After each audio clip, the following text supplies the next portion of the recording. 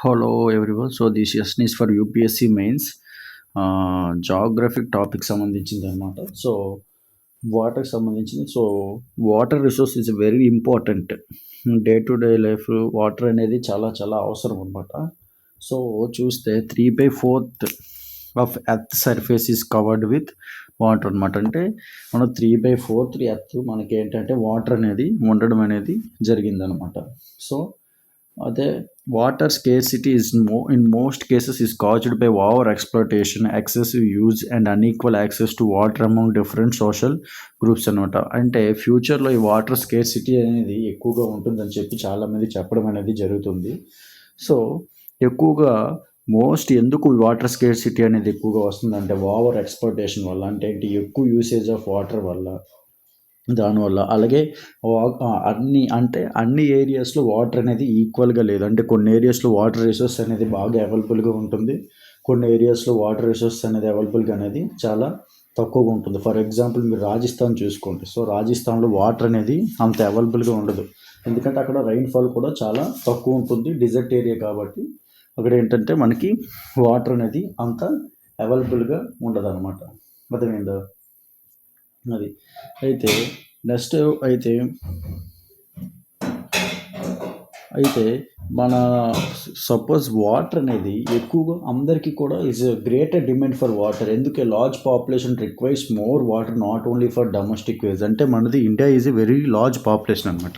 So water అనేది అందరికీ అవసరమే, నాట్ ఓన్లీ ఫర్ డొమెస్టిక్ యూజే కాకుండా టు ప్రొడ్యూస్ మోర్ ఫుడ్, ఏదైనా ఫుడ్ గ్రెయిన్ ప్రొడక్షన్ అప్పుడు కూడా వాటర్ యూసేజ్ అనేది ఎక్కువగా కావాలన్నమాట. ఎందుకు అగ్రికల్చర్ ఇంటిగ్రేట్ చేసినప్పుడు కూడా ఇవన్నిటికీ మనకి వాటర్ అనేది చాలా చాలా అవసరం అనేది ఉంటుందన్నమాట.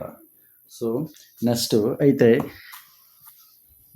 సో పోస్ట్ ఇండియా అంటే ఎప్పుడైతే మనకి ఇండిపెండెన్స్ వచ్చిన తర్వాత పోస్ట్ ఇండిపెండెన్స్ ఏమైంది, India witnessed intensive industrialization and urbanization creating vast opportunities for us. అంటే పోస్ట్ ఇండిపెండెన్స్ తర్వాత చాలా కూడా మనకి డెవలప్ అయింది, ఇండస్ట్రియలైజేషను అలాగే ఆర్గనైజేషన్ ఇవన్నీ కూడా రావడం అనేది జరిగిందనమాట.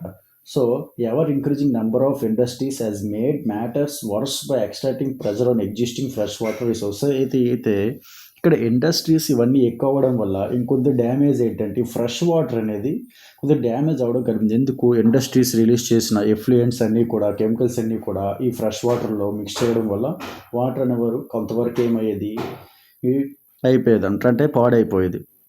సో అయితే మీకు అందరికీ తెలిసి ఎలక్ట్రిసిటీ జనరేషన్ అనేది ఎలా చేస్తారు, ఈ ఎలక్ట్రిక్ పవర్ కూడా మనకి వాటర్ నుంచి కూడా ఈ ఎలక్ట్రిక్ పవర్ అనేది తయారు చేయడం అనేది జరుగుతుంది. ఫర్ ఎగ్జాంపుల్ చూడండి, in India hydro electric power contributes 22% of total electricity produced. అంటే ఎలక్ట్రిసిటీ ఏదైతే కోల్ నుంచి చేస్తారో, థర్మల్ ఇప్పుడు వచ్చింది, థర్మల్, కోలు, అలాగే న్యూక్లియర్, అలాగే విండ్, ఇదన్నీ కూడా మనకి, అలాగే ఇప్పుడు కొంత జియో థర్మల్ ఇవన్నీ కూడా అవ్వడం అనేది జరుగుతుంది.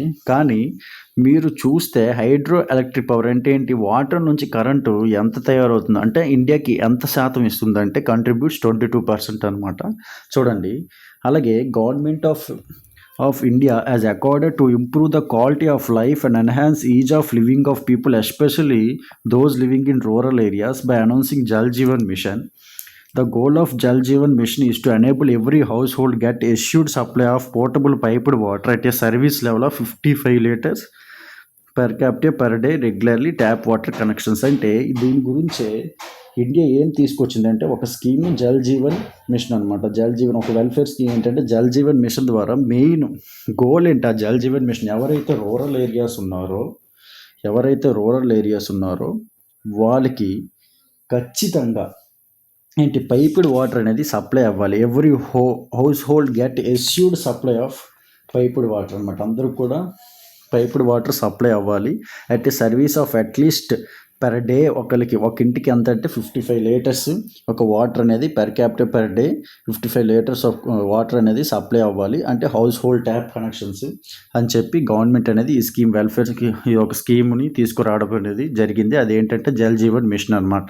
సో మెయిన్ గోల్ ఏంటంటే ఎవరైతే రూరల్ ఏరియాస్ ఉంటారో వాళ్ళకి ఈ పైప్డ్ వాటర్ అనేది ఖచ్చితంగా సప్లై చేయాలని చెప్పి one of the main goal goal అనమాట.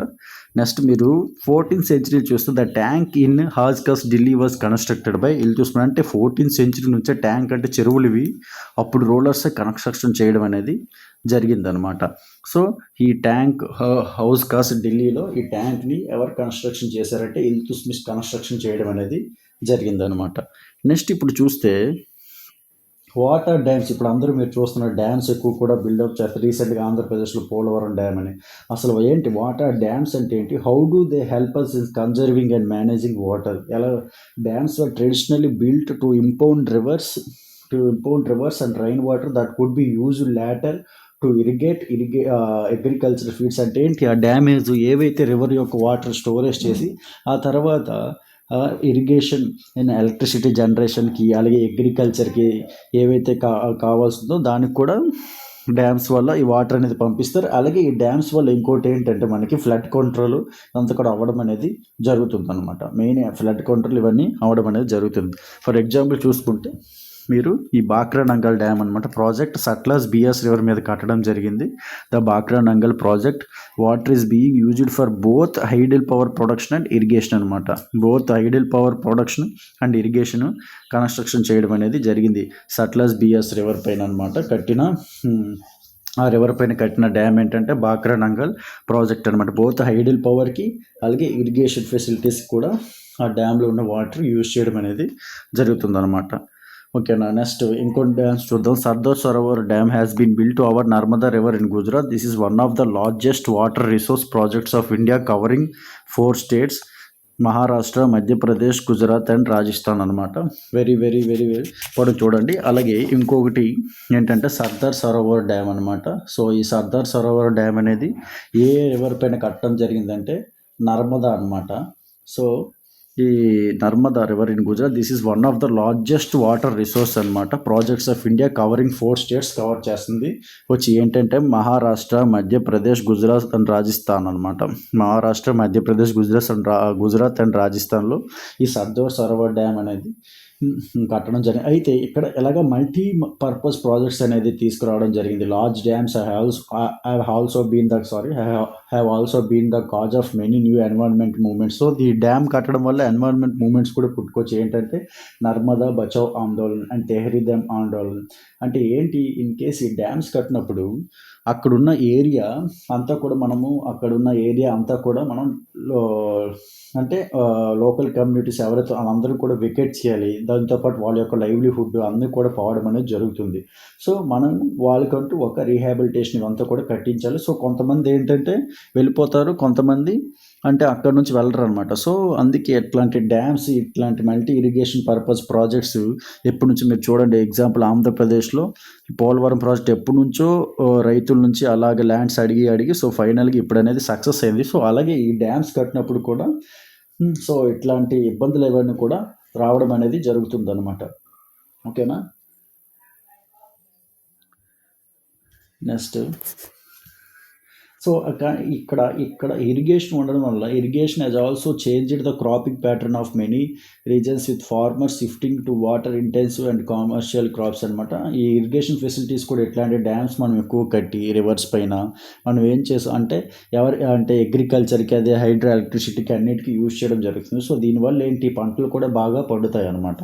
సో ఎందుకు మనం ఇట్లాంటి ఇరిగేషన్ ఫెసిలిటీస్ ఇవన్నీ కానీ చూస్తే ఓకేనా. అంటే బాగా ఇస్తే కానీ మనకి పంటలు కూడా బాగా పండడం ఇవన్నీ కూడా జరుగుతాయి అన్నమాట. ఓకేనా. నెక్స్ట్ ఆ తర్వాత చాలామంది ఏవైతే అంటే రైన్ హార్వెస్టింగ్ అంటే ఏంటి? రైన్స్ యొక్క స్టోరేజ్ చేసుకోమని చాలామంది చెప్తారనమాట.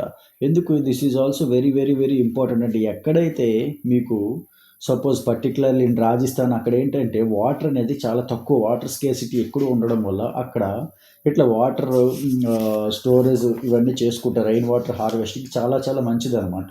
సో అందుకు గవర్నమెంట్ అందరూ కూడా ఇలా చేయమని చెప్తారనమాట. మీరు చూడండి అసలు రైన్ వాటర్ అలా హార్వెస్ట్ చేస్తారు. మీకు టంకాస్ ఇక్కడ చూడండి, ఇది అంటే రాజస్థాన్లో అనమాట.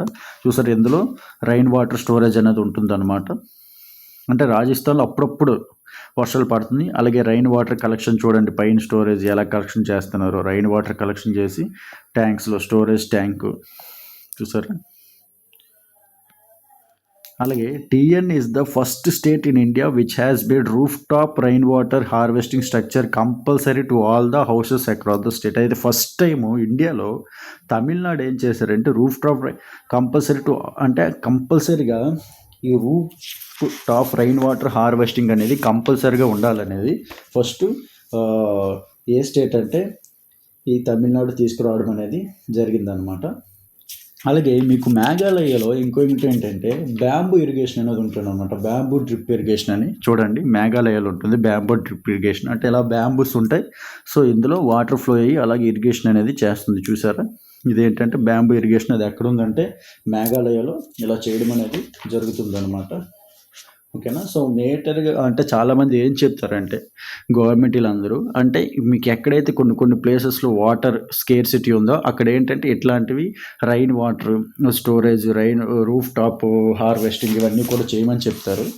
సో అలాగే టంకాస్ ఇవన్నీ చేస్తే రేపొద్దున అంటే వర్షం పడినప్పుడు ఆ వాటర్ని మనం యూజ్ చేసుకోవచ్చు అని చెప్పి చెప్పడం అనేది జరుగుతుంది.